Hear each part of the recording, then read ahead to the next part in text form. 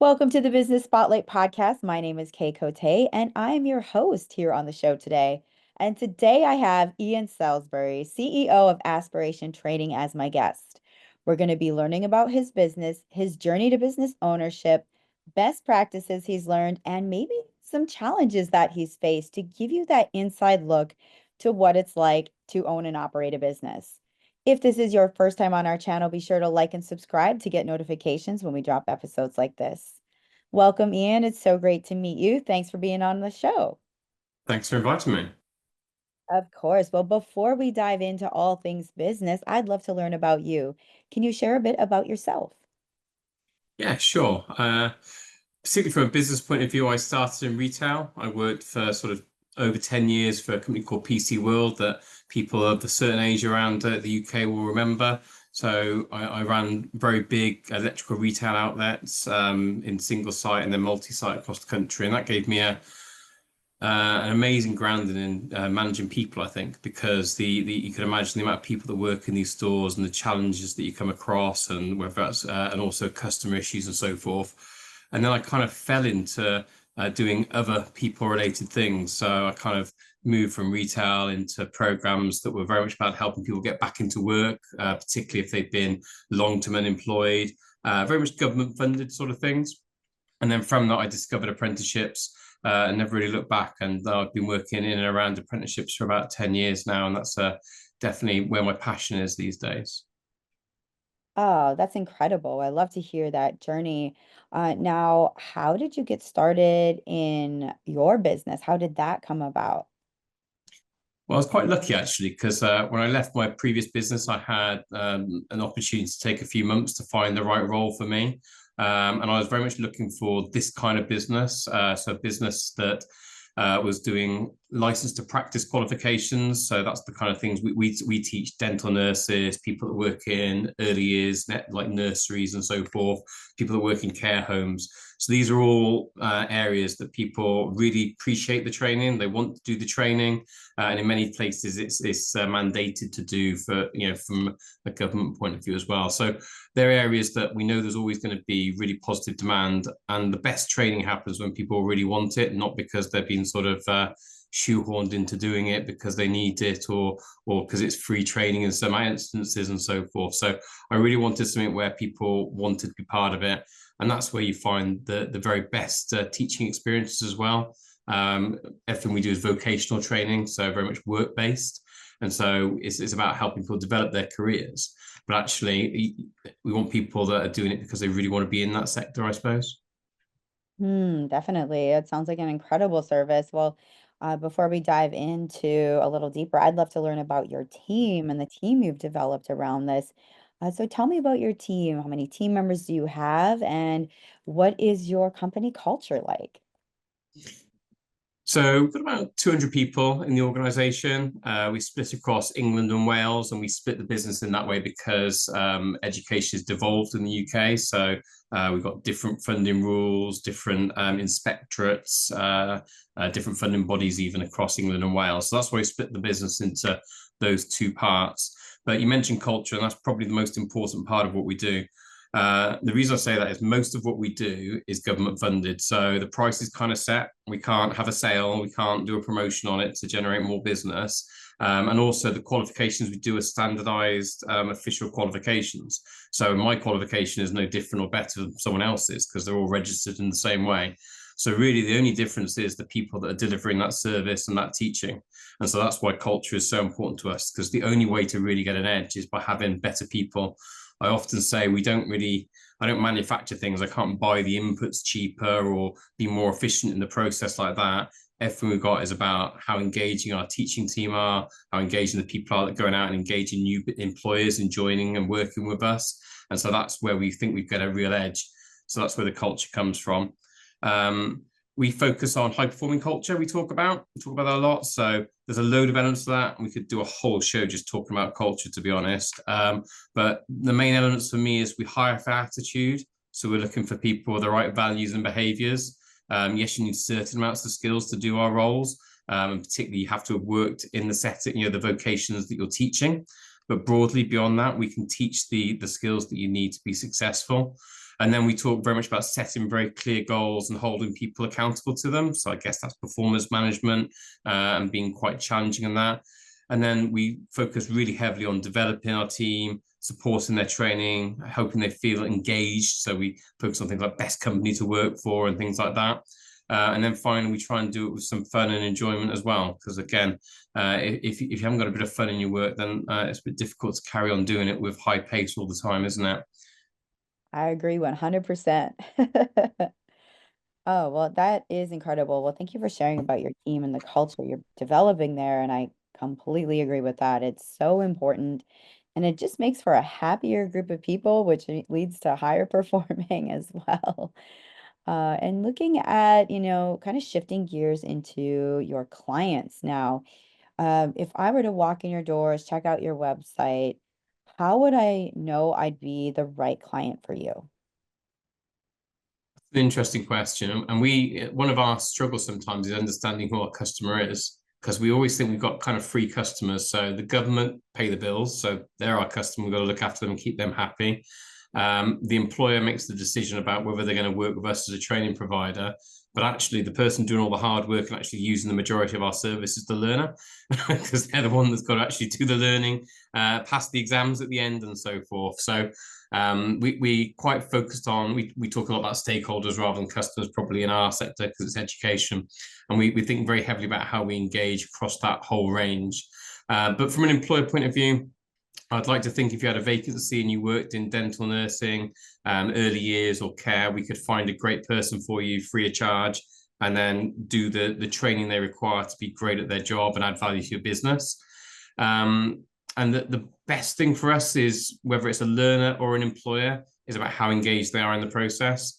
There's no point just sort of hiring someone, send them to us and we'll do the training. The employee needs to be really involved in that process with us, because it's on the job training. So yes, we kind of do teaching sessions and we come and see them, and we do sort of maybe a day a week with people on average, but actually most of the rest of the time they're there with the employer, aren't they? So if they're not getting that sort of on the job learning, mentoring and so forth, it doesn't really work. So we kind of think about it as a partnership between us, the employer and the learner, and that's what makes it really work really well for us. And I'd even go as far as to say there's often employers we decide we don't want to work with anymore, or we haven't had the right experience, or we've moved learners, or learners have fallen out of work there because it hasn't worked and we've had to go and find them another role somewhere else. Um, we don't look at how many people start our programs. We're really worried about how many people pass and complete them or go on to do something better in their career. Sometimes they might go halfway through the qualification, realize it's not the right thing, but they get a better job out of it anyway. Well, that's a great success as well. Yes, definitely. Um, that really helps paint the picture of what you do and how you do it.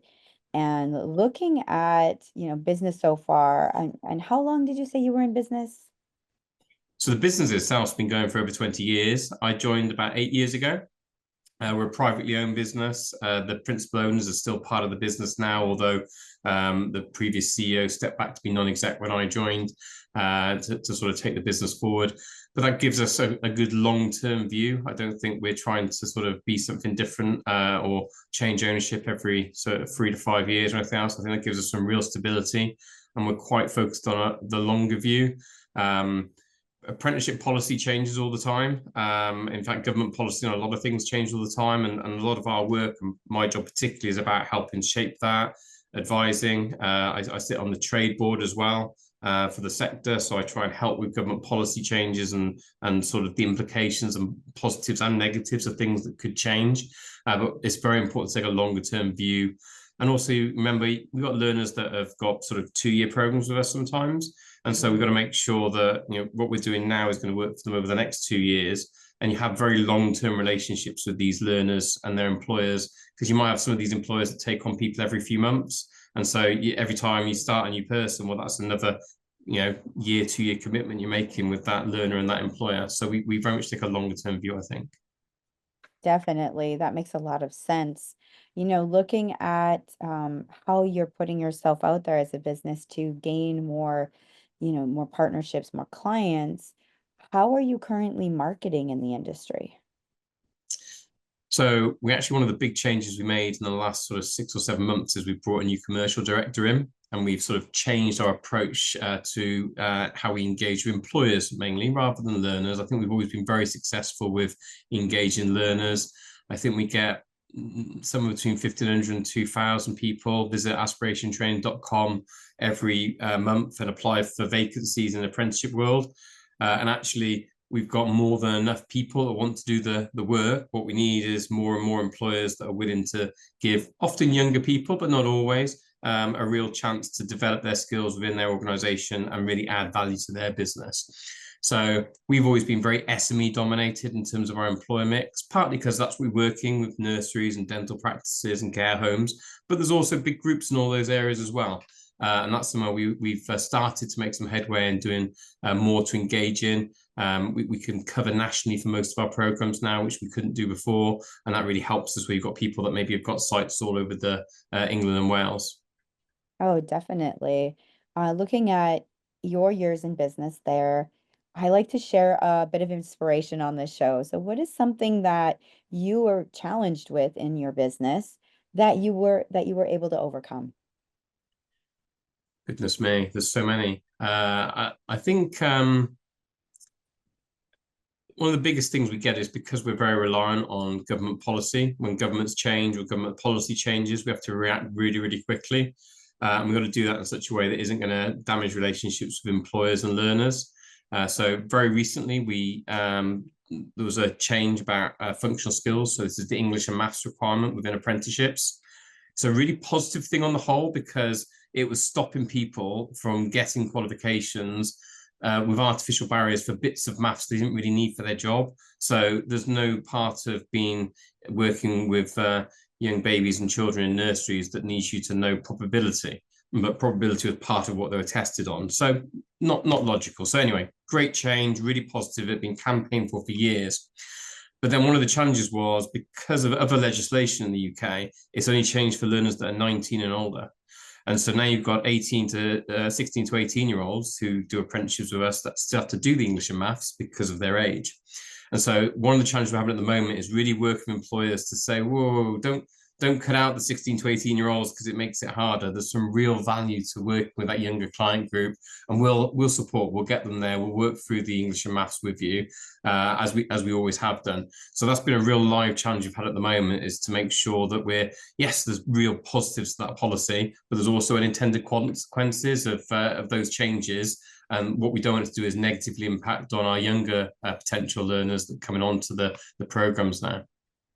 Oh, definitely. Yeah, it sounds like communication is a huge part of what you do, for sure. I think that's fair, yeah. Now, looking at the future of your business, where do you see the company going in the next 3 to 5 years?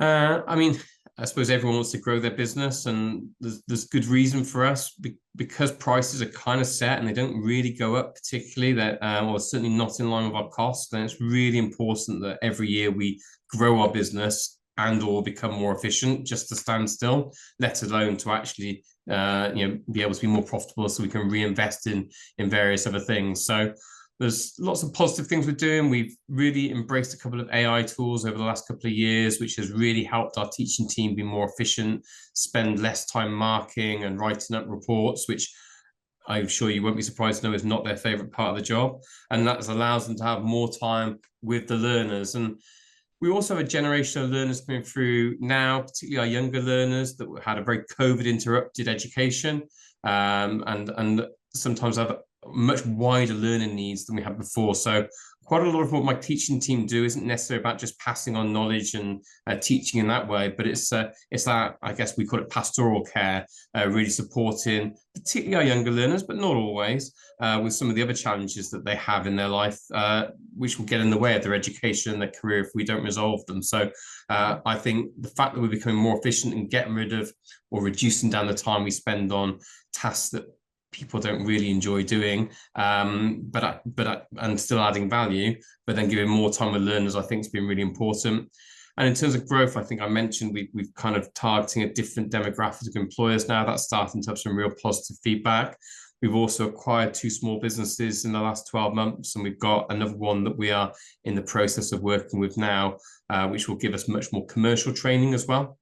And so that will allow us to not be reliant purely on some of the government funded work, but also spread out. But the beauty of that is it's stuff that our employers that we work with exist currently on the government funded things will value as well. And so that's quite exciting for us that we can add a wider range of products to them. Oh, definitely. It sounds like, that's definitely a golden nugget of this conversation is that, finding that innovation within your company to expand and grow and increase profitability for sure. Absolutely, yes. Well, this has been such a fun conversation so far. I've absolutely loved learning about what you're building. Now I'd like to shift the focus to learn a little bit about you and your leadership style. Okay. So, within the company, how would you describe your leadership style? You're probably better asking other people than me to see what it's really like. But I think, I mean, a few things I think are really important to me then is I like to be consistent. I've worked with people before that weren't consistent. And what I mean by that is it shouldn't, it doesn't matter what mood I might be in as to how I'm going to react to things or how we're going to handle things. We think of things in a fair and consistent way. I think we treat people with respect. And I know that sounds like a sort of obvious hygiene factor, but actually I think it's so important that you keep that front of mind. But then beyond that, it's very much about setting clear expectations. So you mentioned communication before, one of our absolute most important values that we work on, but then also challenging high performance. We can't, we're not, people don't come into vocational training to get rich. There's not lots of money in this. You have to be efficient and you have to work hard to make it work for the learners that we serve. So I guess there's some of the things that I would hope people would say about me. I'm certainly I see my role very much as twofold. One is around developing a supportive culture. So in the environment, I guess I would think about that I'm trying to develop, whether that's with the development courses we talked about.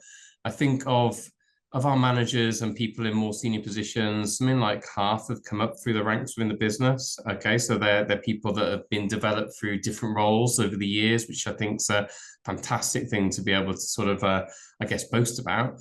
Obviously, you bring new talent in as well, but being able to develop your own talent, I think, is really, really important. And then the second aspect of my job is more the strategic. So that's the government policy, the acquisitions piece we've talked about.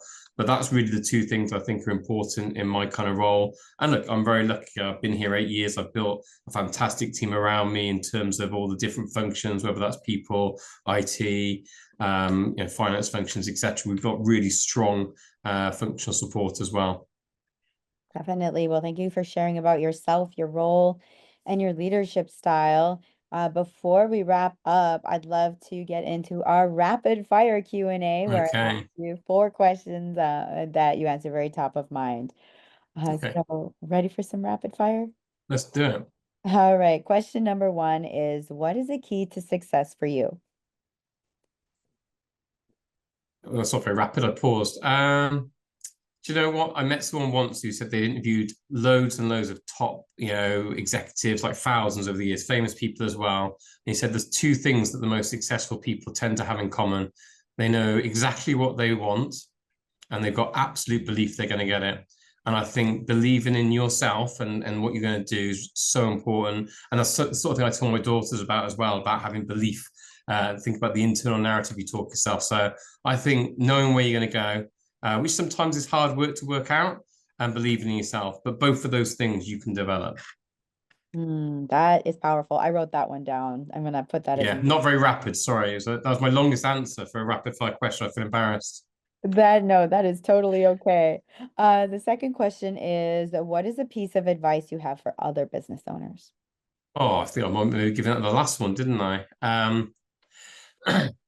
I think long term. I think I've worked in businesses, for various reasons, whether that's their ownership structure, their debt structure, and so forth, that they had to work kind of much shorter time scale.